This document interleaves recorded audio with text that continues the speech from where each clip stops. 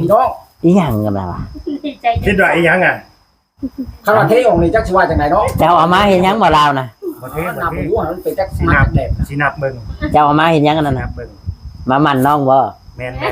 เอามาหมั่นเนื้อมาขอนี่ฮะ สิมาหมัดก็แม่นน้องจับก่อน เลย จับเด้อ จัดไปซื้อได้ จับ บ่ ไว้ จำไว้ก่อน โอเค หนึ่ง ห้าอันนี้เนาะห้าเนาะ อืม หนึ่งมัดเนาะ แม่นห้าอะไร 10 10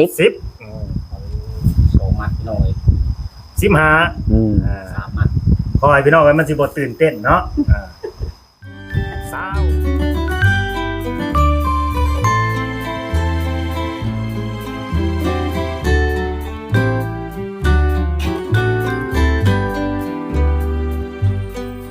สวัสดีและสบายดีพ่อแม่พี่น้อง FC ที่ฮักแพงบ่ว่า FC ฝั่งลาวฝั่งไทย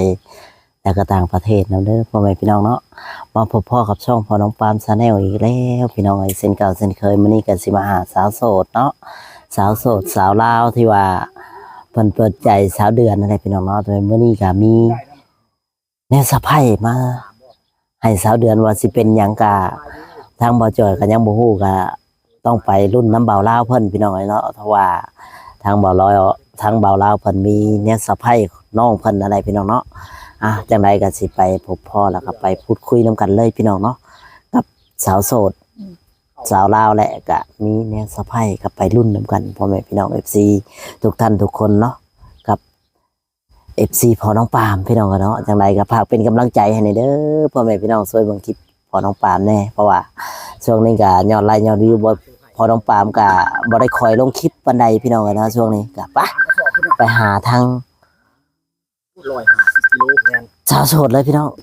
นี่แหละพี่น้องเลยเนาะเธอคือบ่แบ่งเอารถนี่ มาแบ่งมา มาได้บ่จอย บ่เจอแบ่งบ่ได้เด้นัก สามสอบพูดเลยพี่น้องเธอ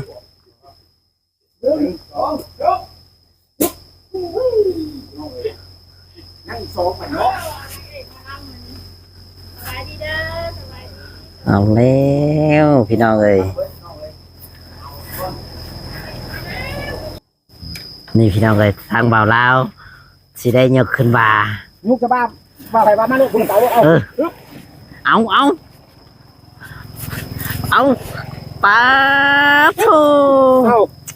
เอา ถือว่าสุดยอดเลยดิพี่น้องเอ้ยไม่อยากจะเชื่อสายตา เอาแม่จะไว้ที่หน้าแก้ดิ สามสิกินดิปีนี้กินหมดปี เอา อย่าแล้วดูหนักเนาะเข่าหน้ามาช่วยอยู่นี่นะเนาะ ผู้สาว โอ้ ครับ นัก ป้าสบายดี สบายดีน้องหล่ะเนี่ย เลยสบายดี มันรุดเด้อฮะ กระเป๋ารูดเป๋าหนึ่ง แม่น เขา ป้ากินไปฮอดเด้ฮอด หลายเทื่ออยู่ทางบ่าวลาวเพิ่นชวนมาบ่ได้มามื้อนี้ มีโอกาส บุญฮอดนอนเกี่ยวได้มื้อนี้ฮะได้มาฮอดได้มาหา เกี่ยวพอได้ ให้แบกกระเป๋าเข่าซอยมาเกี่ยวกระเป๋าเข่านี่แหละนี่ฮะ เอาเร็ว บ่จอยมากันบ่แบกซอยกันที่นี่ โอเคตั้งกล้อง บัดเมื่อนี่สิหาย่างเมื่อบ่จอยเนาะ แม่น มากันบ่ซอยกันซอยเบิ่งอะละ ป้าจอยนี่จังได๋เจ้านี่เอาเปรียบหมู่เด้อ มาก็ให้หมู่ท่าบ่ ฮอดอยู่บ่น้องเดือน นอน ฮอดบ่กินแล้วเขาน่ะ ยังกินแล้วมันก็สอบตัวเพียงยังแล้วตาปกหลังมา กินพร้อมกันบ่ โดย เรามาได้ยังไงก็ได้สิไปยืนแบบนั้นบ่ มาสิ ไปรถไปหาเฮมเราล่านะ เป็นแฟนพัดลมยังเย็นถ้าคุยเกินหลายคนจะเป็นเขาเอิ้นเจ้าชู้แล้ว เย็นแท้บัดนี้ถ้าลูกปิ่นมานี่มีแห้งยาว คือแบบเป็นคนแบบแน่ไหนเอาเด้อไปสิเซ็นหน้าก็เสร็จคุณเจ้ามีหยังสิถามน้องเดี๋ยวถามเด้อ มีหยังมาคำไทย เคยเห็นน้องจักเทื่ออะไรนี่ ครั้งแรกเลยเนี่ย เอาแม่นซะบ่ เคยเห็นแต่ในคลิปไปแล้ว เป็นยังไงเห็นนะ มาเห็นกับ ผู้ชอบผู้งามนี่ ตัวผู้งามเป็นเบิ่นแล้ว อ ผู้สาวเห็นบ่ อืม งามสมผู้สาวเลยเนาะ แม่น กันคนเท่านี่ได้ค่ะ ตอนนี้จะปีแล้วน้องหล่ะ แต่ 18แล้วเนาะ โดย งามขึ้นกว่าเก่าได้น้องไปเลี้ยงได้แบบไปแบบเขาเรียกว่าไปอาบน้ำแร่แช่น้ำนมมันนะครับ งานพอดี อืม อืมงามเขาดี แม่ก็งามเหมือนกันเด้อง ามว่าย่องแม่เด้อ ลูกอะได้แต่แม่เนาะ แม่นบ่ได้บ่ได้แนวนะบ่ได้งามเลยได้แนวพอได้ได้แนวมือบ่คือ แม่นหน้าตานี่คล้ายคือกัน สบายดีอีกแล้วเด้อสบายดีทุกต้องเด้อสบายดี มือนี่มือที่เท่าใดนี่เนาะมาแต่เลี้ยงหั่นนะ ที่สอง มือที่สอง โดย ถ้าว่านี่มายังใหม่ แม่น ๆยังสดๆอยู่ได้นี่เนาะ อันนี้คือแบบ ยังได้ชด ตั้งใจมาเต็มใจมาบ่น้องล่ะ โดย เนาะ เต็มใจเลยเนาะ ถ้าปกตินี่คันแบบว่าบ่เพิ่นบ่ตั้งใจหรือบ่เต็มใจนี่บ่ทันได้มาได้ โดย บ่ทันได้มาเนาะก็คือมาตามจุดประสงค์นั่นแหละที่ว่าได้เว้ากันไว้ตกลงกันไว้เนาะคือทางง่ายเพิ่นก็ว่าสิ้นเดือนนี่ตามที่เว้าในคลิปนะว่าให้น้องนี่มาอยู่เฮือน โดย อยู่เฮือนนำแม่มีหยังก็ซอยเวียกแม่ไป โดย เพราะว่าทางง่ายเพิ่น บ่อยาก ดูแลนะบ่อยากให้น้องลำบาก แม่ แน่ อยากให้น้องไปลำบาก แม่น ทุกปานนั้นเนาะ เอ้าเงินเดือนเท่าไหร่เงินเดือนเท่าไหร่น้อง เป็นเดือนบอลน้องให้เวียนเห็นบ่ แม่น 2,500,000 2 ล้าน 2 ล้าน เดือน2 ล้านประมาณ 4,000 เดือน5,000เนาะประมาณนั้นว่าเท่าไหร่คิดบ่ตกเดือนเยอะเงินก็มันขึ้นมัน 5ประมาณ 4,000ปลาย ประมาณนั้นประมาณนั้นได้อยู่ได้จักเดือน ได้เดือนเดียว ในเดือนหนึง โดย เรืออยู่บ่เงินน่ะเรืออยู่บ่เรือมาอยู่บ่ บ่เหลือ เรือ จริงๆว่าพอค่ารถ จะบ่จะขอกัน เนาะเงินเป็นบ่พอกัน โดย เนาะ เกือบจะได้มาเอาแล้วแม่เนาะให้ค่ารถอยู่นี่ ไปยิบยืมมา รุ่นได้ใจจดใจจ่อ รุ่นนี้นะ เอาถ้าเกิดว่าน้องเป็นแบบสมหวังกันอ่านนะถ้ามาใหญ่เลย อืม หลายคนก็สิอิจฉาอยู่นะอาจจะอิจฉาอยู่ อืม บ่น้อยก็หลายเลยที่อิจฉาน้องเพิ่นคือมื้อนี้นะทางน้องเดือนเนาะ อืม มีความพร้อมแบบใดเนี่ยน้องล่ะพร้อมสิติดใจเลยบ่หรือใด โด อันนี้บ่ ย ได้บังคับเด้อ โดย แล้วแต่ตัดสินใจ ตัดสินใจแล้วก็ด้วยความสมัครใจของน้อง โดย ถ้าน้องให้น้องคิดเอาเองหั่นแหละ อยู่ที่ตัวน้องเองเด้ ให้น้องคิดเอาเองว่า ว่าสิพบปิดบ่หรือว่า แม่น ยังสิเปิดต่ออีก ว่าผู้ชายคนนี้เขาเปรียบพร้อมเขาพร้อมสิดูแลครับบ่ ต้องเบิ่งไหน เขาสิดูแลเฮาแล้วก็ครอบครัวเฮาให้สุขสบายได้ดีบ่เพราะว่าทุกสิ่งทุกอย่างมันก็ต้องมีเขาเรียกว่าต้องมีที่เฮาเฮ็ดให้เฮ็ดเนี่ยนะมันก็ต้องมีแบบว่า จะเอาตรงบ้าน เขาจะงงแบบคือเพิ่นแสดงให้เห็นน่ะนะ แม่น บ่ได้เว้าแต่ปากคือแสดงให้เห็นนำ เว้าได้แล้วก็เฮ็ดได้นี่นะ แม่น ต้องมีอีหยังสักอย่างที่ว่าข่อยเว้าแหละเจ้าจะได้อันนั้นอันนี้แหละข่อยสามารถเฮ็ดให้เจ้าได้บ่แม่นข่อยเว้าละล่าจังซี่นะ ให้น้องเพิ่นตัดสินใจเอาอันนี้เพิ่นบ่ได้บังคับ อืม บ่ได้บังคับแต่ก็หลายผู้หลายคนก็อาจจะเห็นข้างนอกเพิ่นก็น่าจะจะอิจฉาก็คือบ่อยากให้น้องไปเสียโอกาสตรงนี้นะ อืม ในเมื่อว่ามีคนที่ว่ายืนไม่ยืนมือมาสั่งเดือนเฮาเป็นทำเป็นแพงครับเพราะจะดูแลเฮาถ้าเป็นแย่งเฮาเขาบ่ได้มีแต่น้องครอบครัวน้องเด้แม่เฒ่าครับมันน่ะเพิ่นก็ยังสิเบิ่งอยู่ว่าซั่น โดย เป็นซองครอบครัวเลยเจ้าสิไว้ที่บ่าวกับไผเอาเป็นเจ้าบ่าวจอยนี่จะสิไว้บ่เอา บ่ไหว ถ้าสายหัวเลยบ่าวจอยบ่ไว้ว่าซั่นขอยอมแพ้ แค่ลำพังครอบครัวตัวเองก็ยังบ่รอดแล้ว อัน เนาะ นี้แม่นอันนี้คือทั้งงานอ้ายเพิ่นนี่ว่า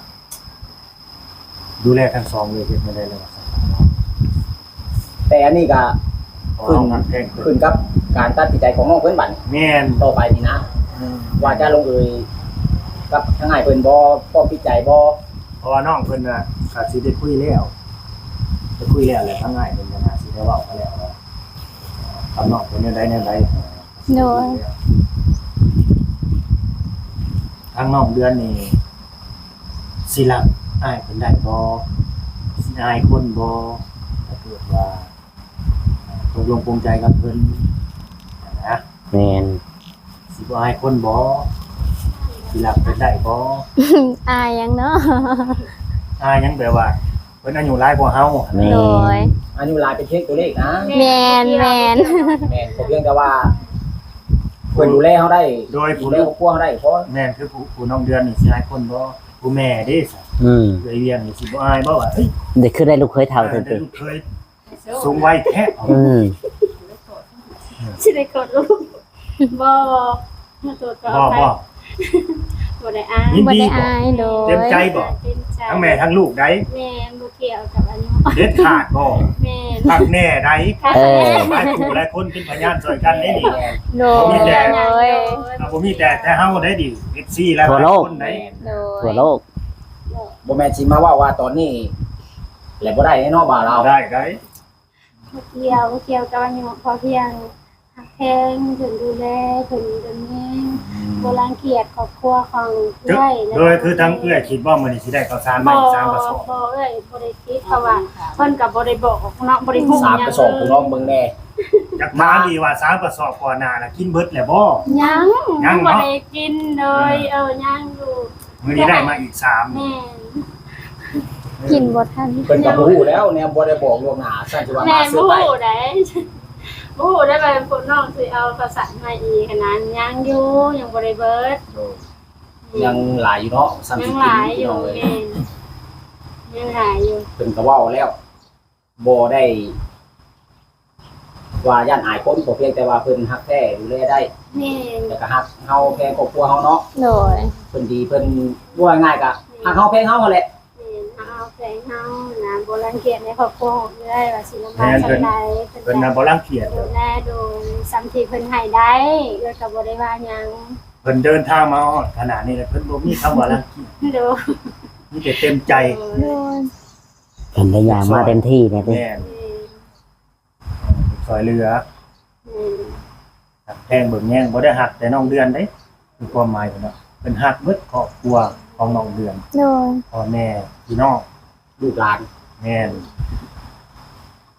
หักแพงเบิดหักแพงเบิ่งแย่ง มีหยังพอซอยได้ก็ซอยกันไป ซอย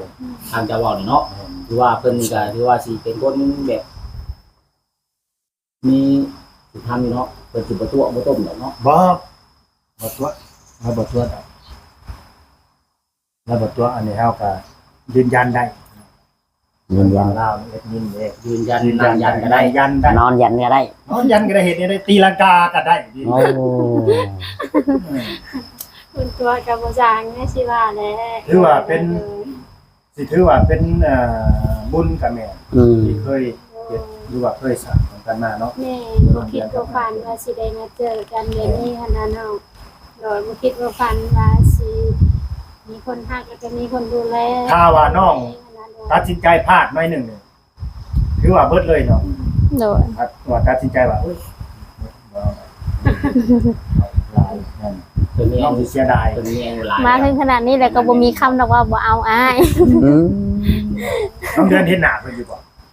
โดยเห็นอยู่แต่ในรูป บ่ว่าเพิ่นเคยอยู่แบบ แต่ก็บ่ได้เฒ่ามาซื้อรุ่นลาวแบบว่าอ้ายฮักมาลาวคนหนึงที่มาหาเพิ่นมัน60แต่ว่าคนอยู่เมืองนอกนะ นี่มันสิหนุ่มก่อนแต่ซ้ำกันกับ โดยเอามาเปรียบเทียบเด้อ60อยู่ลาวเฮากับอยู่เมืองนอก โดย อายุเพิ่นก็เกิด เอาไป สิ ติดเลย ซ้ำกันกับแม่หั่นแหละแม่ของแม่เอ้ยนั่นแหละ คัน80แล้วเอาไปเผาโลด เพราะว่า ว่าจอยเว้าครับแพทย์สิ เพราะ บ่ ว่า ได้ อยู่ เผา พุ่นกับอยู่พี่มันแตกต่างกัน แม่นอยู่พี่มันถูกเรียกถูกงานอยู่พุ่นก็ถูกอยู่ครับแต่ว่า เดี๋ยว หาเงินหาทางได้สะดวกนะ เดี๋ยวเอาของมาเซอร์ไพรส์เนาะ เอ้ายังมีของมาเซอร์ไพรส์อีกเนาะเนี่ยนึกว่ามีแต่กระเป๋าเข่านี่ไม่เอาเนาะ บ่เดี๋ยวขอไปเอาอีก ยังมีของมาเซอร์ไพรส์อีกพี่น้องเอ้ยบ่แม่นว่าแต่ข้าวสารเป็นอย่างนี้บัดนี้ก็รอรุ่นรอส้มน้ำกันเนาะ FC ทุกท่านเลย แม่นประสาน บ่น่ะ บ่มีจักอยู่คน ว่าสิเป็น บ่ได้มา น้ำตาหัวเสือบ่จักดอกบาดนี้ ค ฮะ นน้อยอยู่น้ำไผ่มาทางวัวทางนี้คนน้อยอยู่เนี่ยว่าเห็นเพิ่นออกไปเอาเรือนะเพิ่นดื้อดื้อนะแอวจะแอวพอ บ่ได้ตีน้องเดือนบัดเวลาเพิ่นมาบัดเห็นหน้าบัดแล่นปุ๊บเข้าป่าแล้วพวกนี้แหละ แลลี่เนี่ยมาเอาได้เนาะ ยังเนาะ สิแลนเพิ่นเฮ็ดหยัง โอ้น้ำหัวเสือน้ำอะไร น้ำวัวเสือสิเป็นสะพายว่าซะ มาซื้อไผ่น้องเดือน นี่หลวงดำนี่ โธ่ได้ยังมาเด้ได้ยังมาแบ่งมาปั่นกันได้แม่แม่น้ำหัวเสือน้องเลยก็ได้กิน เดี๋ยวสิแบ่งให้คนละขวด แบ่งคนละขวดมาเอา อั นะ นนี้น้ำเนาะ น้ำ เอาจากได้ในถุงดำแล้วนะ ปลา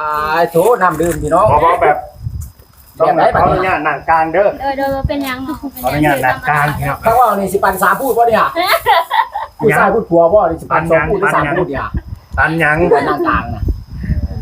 นี่แหละคือของขวัญพี่น้องเลยเนาะ ปลาไอ้หยังกันนะเป็นหยังกันนะ น้องเดื ก อน ระ นี่ ทงยางเนี่ยจะคิดว่าไอ้หยัง เอาเลย เอาถุงยางมาให้น้องเพิ่นติ เออ เอาเลย เพิ่นโซมหน้าโซมตาอยู่ว่าแม่นอีหยังในถุงยางน้องเดือนคือยิ้มหมูแกะ ปลา นี่พี่น้อง อีหยังกันนะวะ ดีใจ คิดว่าไอ้หยังอ่ะ คำว่าเทออกนี่จักสิว่าจังไดเนาะ เจ้าเอามาเห็นหยังบ่ลาวนะ บ่เท มัน บ่ นับ เท บ่รู้ว่ามันเป็นจัก สิ มั นับ ดแดบ สินับเบิ่ง เจ้าเอามาเห็นหยังกันนั่น นั นะ บเบิ่ง มามันน้องบ่ แม่น เอามาหมันเนื้อมาเคาะนี่ฮะ สิมาหมั่นก็แม่นอ่ะน้องจับก่อน เลย จับเด้อ จับไปซื้อได้ จับ บ่ ได้ ได้ จำไว้กัน เออโอ เอ เค อ หนึ่ง ห้าอันนี้เนาะห้าเนาะ อืม หนึ่งมัดเนาะ แม่นห้าอะไร 10 10 สองมัดพี่น้องเอ้ย 15 อืม สามมัด พอให้พี่น้องมันสิบ่ตื่นเต้นเนาะเศร้า เอาแล้ว สี่มัด เศร้าหา ป่าโถพี่น้อง 30พ่อบ่น้องหล่ะสามีพ่อบ่ฮะ เพราะว่า พ่อบ่โดยอาศัย แล้วพอแล้วเอาเลย 30 ให้แม่บอกอันนี้ฮะ 35 อืม บ่ให้แม่น่ะได้แต่เบิ่ง เพราะว่าพี่นี่คือว่าพอแล้วว่าดูแล้ว พอแล้วแบ่ง แทนเด้ แบ่งง่าย พ่อ เลย 40แบบพ่อบ่ พอว่าแต่พอแบ่งง่าย พ่อบ่ถ้าพ่อก็สิให้แม่ได้ปะยังบ่พ่ออยู่ เลย 40พี่น้องเอ้ยอันนี้50เด้อนี่เด้ออันนี้คือ10ล้าน60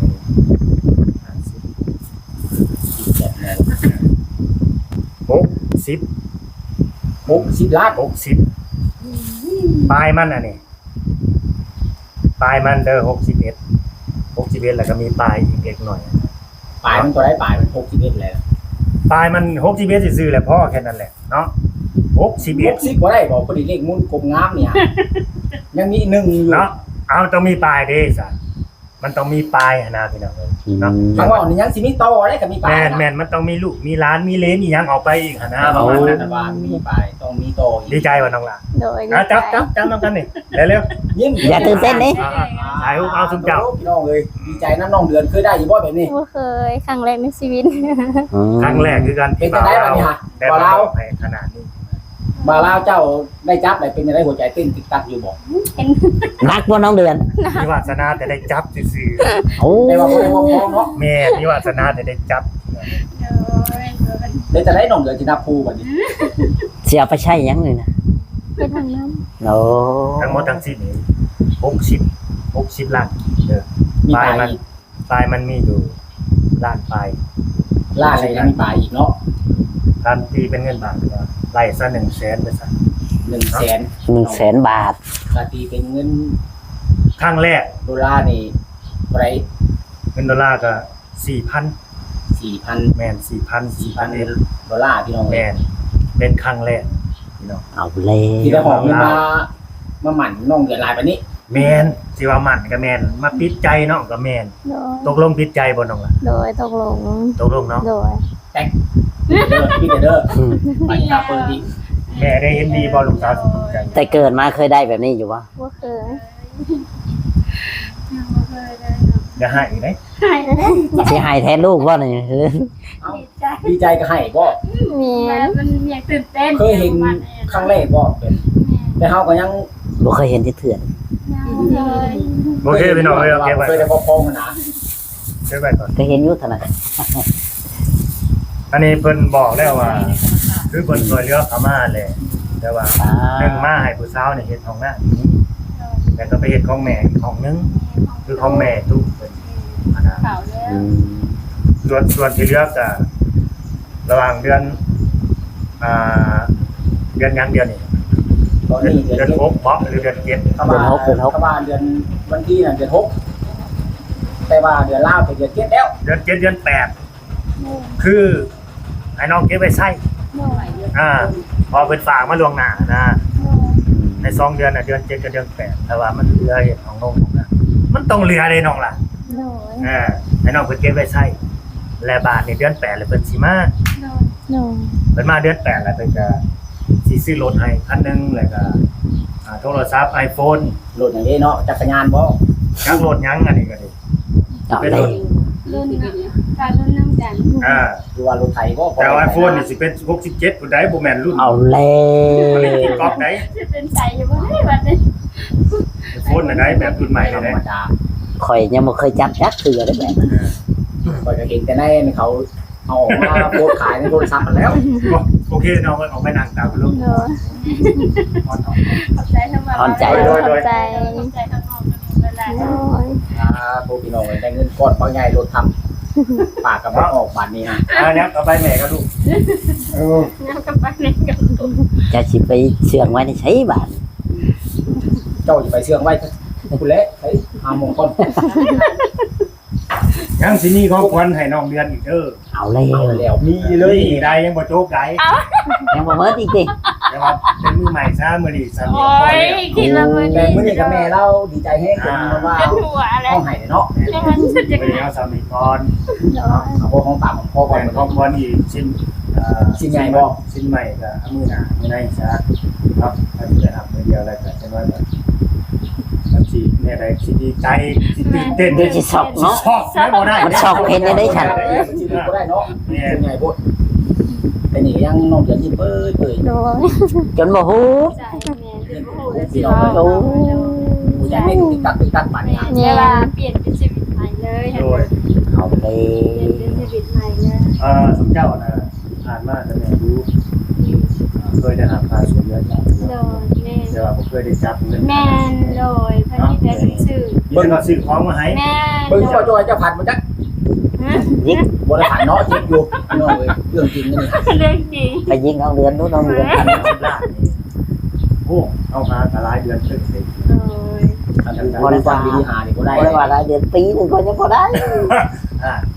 ตีหนึ่งกันคือยากนะพี่น้อง ยากเนี่ย ผู้บ่มีวิธีหาบ่มีเรียนว่าคุณนอกจากพ่อค้าพ่อขายเนาะสิได้เงิน โดยน้องเดือนบ่ได้นำ เทพก็ยาก โอเคก็ยากได้เพิ่นสิได้ บ่บ่ได้ แสนบาทนี่คันไปผู้เดียวนี่บ่อยากได้เด้ บ่ได้คิดน้ำใจยันพี่ว่ามาได้เงิน คือแบบได้เงินแล้วคือแบบกระเสาเนาะบัด ต้องได้พิจัยกับเพิ่นได้เพิ่นสิมาเฮา